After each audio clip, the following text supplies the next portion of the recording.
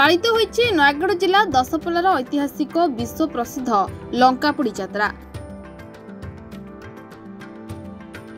लक्षाधिक जनसमागम रे लंकापोड़ी अनुष्ठित होइथिबा बेले पुलिस पक्षरु सुरक्षा व्यवस्था को कड़ाकड़ी कर दैतला। तेबे 1802 मसिहारु पालित होई आसुथिबा ई मुक्त आकाश ऐतिहासिक लंकापोड़ी यात्रा राम नवमी ठारू आरंभ होई यात्रार अंतिम दिन लंकापोड़ी शेष होइथाय। ए ऐतिहासिक यात्रार प्रत्येक संध्यारे रामलीलार विभिन्न प्रसंग महावीर मंदिर आग मुख्य मंचरे परिवेषण होइथाय।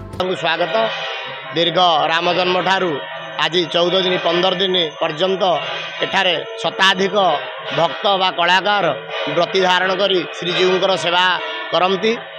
यह हेउची भारतर बहु पुरातन मुक्ताकाश रंगमंच।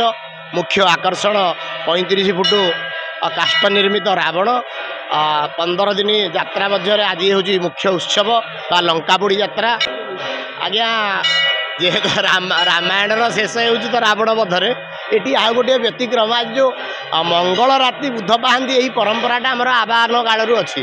अर्थात मंगलवार राति 2टा पर बुधवार जस्ट आरंभ हो आसुथिबो सेही टाइम रे ब्रह्मसर संधान हेबो। बहुत जगह आप रावण पोड़ी देखिछंती। एठी ब्रह्मसर टिके नियारा। ब्रह्मसर रावण को बद्ध कला पर पुनर्बार श्रीराम तृणीन पुणी आसिकी संभार होगा सहित ता परदिन ठाकुर विजय यात्रा करेंगे और अभिषेक अभिषिक्त हेबे।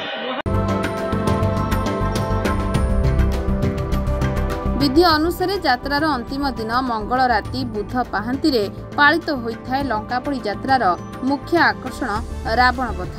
35 फुट उच्च विशिष्ट काठ निर्मित रावण मूर्ति एवं 15 फुट उच्चर घूर्णय पुष्पक विमान यात्रार मुख्य आकर्षण रही। देखिए मते बहुत खुशी लगुची। आउ डे बाय डे जो हमर रावण जोटा तयारी होउची सेटा डे बाय डे बहुत इंप्रूव होउची। माने लोक बहुत दूर लोक देखिया को आछंती तो सेटा बहुत अट्रैक्टिव। आ बेलुक बेला गहलटा बहुत बहुत बढ़ुची।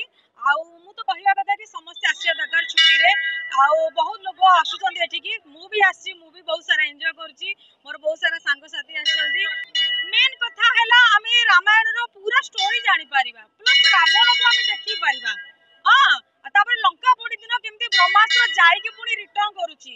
ताबादे बाण गोटे ऊपर 2 घंटा 3 घंटा 4 घंटा हमर बाण फुटुची। तो सेईटा लंकापोड़ी दिनटा ही हम पय बहुत अट्रैक्शन। या छड़ा यात्रा रे देखिबा को मिले रावण बध बेले रामचंद्र प्रेरण करुथिबा ब्रह्मास्त्र हेउची एहार मुख्य आकर्षण। रेकर्ड रे स्थान पाइछि। चलित वर्ष बरगढ़ धनुयात्रा को फोकस करी द्वितीय दिवस रे दशरथ महाराजंकर नगर परिक्रमण रहितला एवं विभिन्न अनुष्ठान सहित वार्तालाप करथिले। विभिन्न अनुष्ठान को संबर्धित करथिले एवं चलित वर्ष दशरथंकर जो राज्याभिषेक परे रामचंद्रंकर जो युवराजंक होया परे एई नगर परिक्रमा परंपरा एक नुआ भिन्न सृष्टि करिछि। एवं चलित वर्ष 2024 मसीह रे राजनीतिक माहौल सरगरम थिला बेले दशपल्ला लंकापोड़ी यात्रा अधिक सरगरम रही। विभिन्न पर्याय रे वर्तमान राजनैतिक दल माने तांकर प्रतिपक्ष को एवं लोकप्रियता को बजाय रखा महावीर आशीष कामना करुछंती। कारण ये जो क्षेत्र होची महावीर क्षेत्र प्रत्येक प्रार्थी प्रथमे महावीर ठारू ही आशीष लाभ करती। तेणु लंकापोड़ी एक सुवर्ण सुजोग लोक संपर्क सृष्टि करबा एवं जनसंपर्क सृष्टि करबा ये राजनीतिक क्षेत्र को एक गोटे आशानुरूपक सफल सहयोग देइछि। मंगल राति बुध पाहांती एक परंपरा रही। मंगल राति बुध पाहांती यात्रार रावण बध एवं लंकापोड़ी यात्रार जो मंगल राति बुध पाहांती जुआड़े जाती शुभ हुअंती।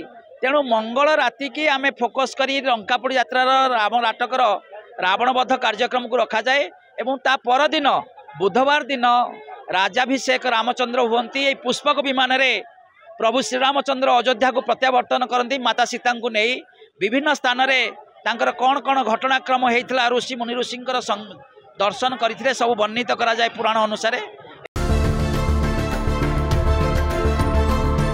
नयागढ़ मानस कुमार साहू का रिपोर्टर्स टुडे।